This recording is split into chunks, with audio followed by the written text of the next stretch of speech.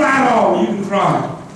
And one of the biggest things I've learned being saved is that God begins to touch your heart. I never had a heart before, but now I have a heart. Now I cry. Now I weep. Now I laugh. Now I mourn with people that mourn. Now I laugh with people that laugh. And I understand, listen, it's okay to be a human being. It's okay to laugh. It's okay to have fun. It's okay to go fishing. It's okay to play war. It's okay to do all these things. I tell you, even our boot camp kids sometimes, I go, listen, if I'm playing football, I will crack you, even though I'm a man of God.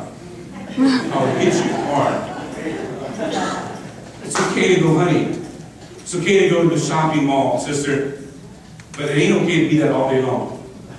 I'm a man 24/7. That's what messes people up. Oh, you a man, all right, but you're a man 24/7 in the flesh all day long. Or you're a woman all day long, but you have no other qualities and you're off balance, and that's why you messed up. That's why you're off balance. Now think about what I'm saying today, because you believe in people. So many people in the kingdom of God try to put away their humanity. Like, I don't show fear, I don't show hurt, I don't cry, I'm okay, nothing's wrong, I can handle it, I don't need nobody in my life at all. And that's one of the biggest lies. One of the biggest things when I first got saved, I couldn't receive love at all. I mean, I would say, what do you want from me? I didn't want nobody telling me nothing, I didn't want nobody giving me nothing, and if they did give me something, I'll pay you back. And I remember people telling me, hey Tim, just learn to receive love. I was trying to show you something. God's trying to do something inside your life. The book of Luke shows Jesus' humanity throughout his pages. Jesus came as a man, as one of us. He had compassion. That means you're a man, you're a woman. There are needs that need to be met. There are needs that you must have to be able to be kept by God. It is the will of God that we are people. There's a will of God that you and I say, listen, man, I am a man, I am a woman, I'm a human being, and there's a lot of things I need. I need rest, I need sleep, I need exercise, I need a well-balanced mind, I need nutrition, I need all these things, I need God inside my life, I need my wife, I need my husband, I need my children, I need all these things. But let me tell you something, if all you are is a man, you'll literally be off balance and you will ruin your life. For many men, this is what they are. For many women, that's what they are. I mean, don't get me wrong, you've got to be a man, you've got to be a woman, but there has to be a balance too. You're not just called to be a man. When I got saved, all I was just a man. That's all I was. It wasn't until God started showing me, listen, I want you to be an ox. I want you to be a lion. I want you to be an eagle. I just don't want you to be in your flesh all day long. You get many people that say, well, what if Christ comes back and you're hunting? What if Christ comes back and you're out there swimming in the pool? This is what Jesus meant, was you don't sit there on the rooftops and wait for him. Oh, he's going to come, he's going to do. No, you continue to the will of God. Even soldiers, when they're soldiers, they have time, they go back to the barracks, they sleep, they eat, they have recreation time. But they don't stay that way all the time. When there's a time to call for war, they get up, bam, put on their armor, and they move out. That doesn't mean you can't have a great time.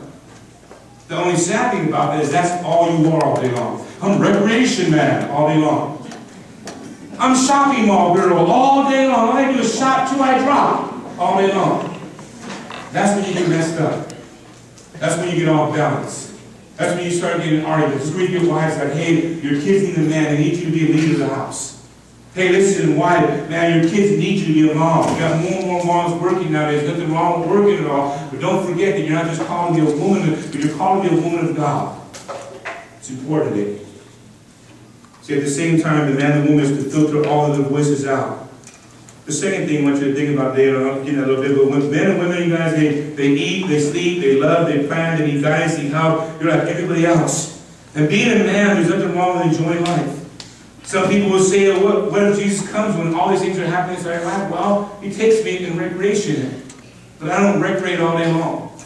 If all I did was sit there and all I was ministry, man, all day long, my family would be destroyed. If all I sat there was ministry, man, all day long, my kids would fail.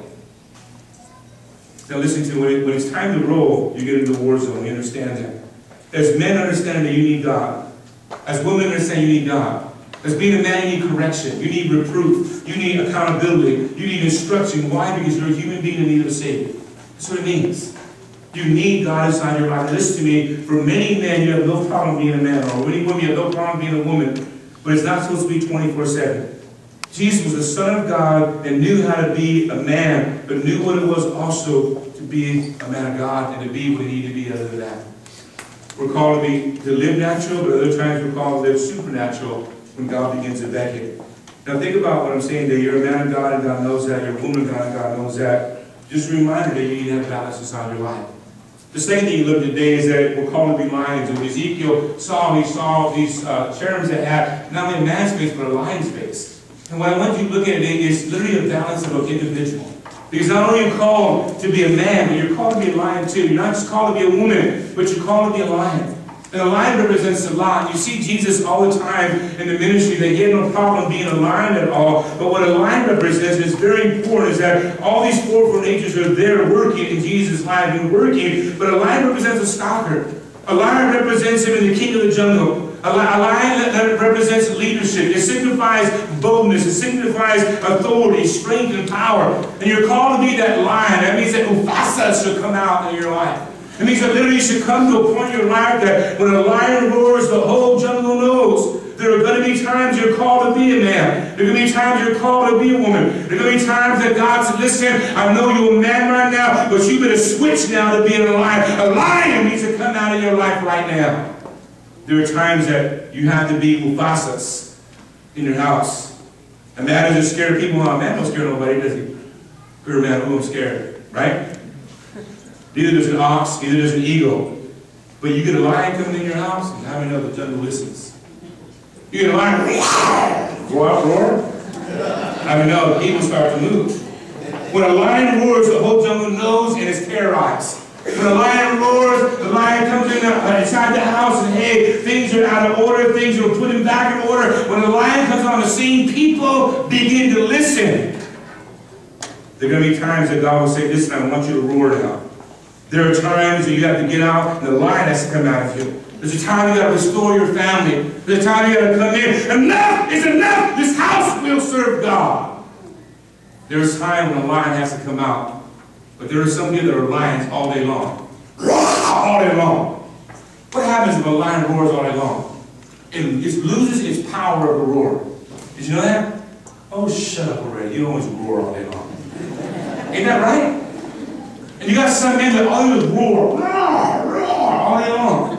You got some men that all they do is roar. And they're all balanced. They're angry. They're mad. I grew up in a family where my dad was a lion all day long, and all he did was roar all day long. And when he came in, everybody was scared. When he came in, everybody was at attention. When he came in, everybody was like, yes sir, no sir. Everybody was at attention every time he came.